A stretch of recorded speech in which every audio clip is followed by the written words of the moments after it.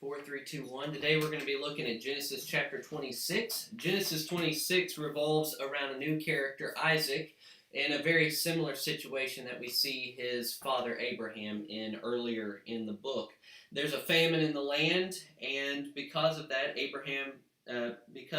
Isaac goes to Gerar, to the land of Abimelech, who is the king of the Philistines, and God appears to Isaac and says, "Don't go down to Egypt. This is the land I promised to your father Abraham. You need to stay in this area." And so apparently during this time, Isaac begins telling people that Rebekah, his wife, is actually his sister.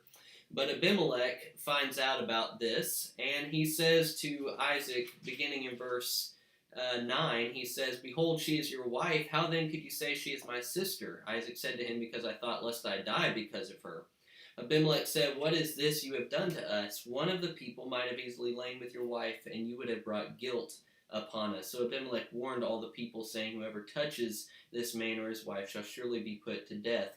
And the rest of the chapter deals with Isaac's travels and how God has blessed him. But notice how the chapter ends. It switches from Isaac and goes to his son Esau. In verse 34, when Esau was 40 years old, he took Judith, the daughter of Beeri the Hittite, to be his wife, and Basemath, the daughter of Elon the Hittite, and they made life bitter for Isaac and Rebekah. Guys, what do you all see here? I want to look in chapter 26 three different times. There's a declaration of God's presence. Back in verse 3, there's a promise of his presence in the future. He says, "Sojourn in this land, and I will be with you." Verse 24, he talks about his presence in the the present time. "Do not fear, for I am with you." And even Abimelech, this Philistine king, talks about how God had been with Isaac in the past. In verse 28, we see plainly that the Lord has been with you. So we said thus. The whole point with this is how Isaac understood or related to his understanding of God's being with him determined how he lived. And I think that's true for us as well. The more we realize that God is with us, has been with us in the past, and is with us in the present, and will be with us in the future, the greater that reality is for us will determine how we live. So it was with Isaac, so it will be with us. Yeah. And I want to build on that.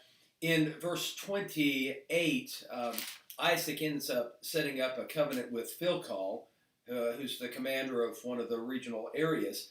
And I want you to notice in verse 28, when Philcol comes to him and Isaac said, "What's going on?" He said, "We see plainly that the Lord has been with you." I think that's a great statement.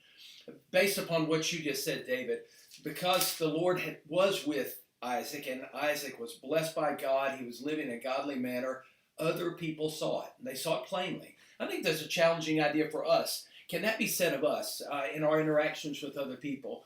By our attitude towards God, by the way that we live, the peace that we have within our life. Can other people look at us and say, "We see plainly that God is with you," and as a result of that, they want to establish some kind of relationship with us so that they can receive God's blessings as well. And we got about 30 seconds. We'll throw one more in at the very end of the chapter. Esau marries these Hittite women, and in verse 35, they made life bitter for Isaac and Rebekah.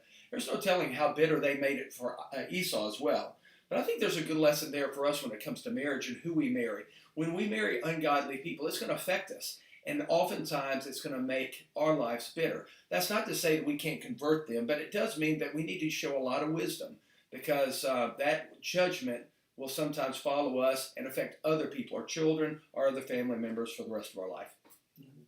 Well, thank you for joining us today. We hope you'll join us again tomorrow as we get into the next chapter. If you have any thoughts on this chapter, please jot them down in the comments below. We'd love to interact with you. We hope you all have a great day. God bless.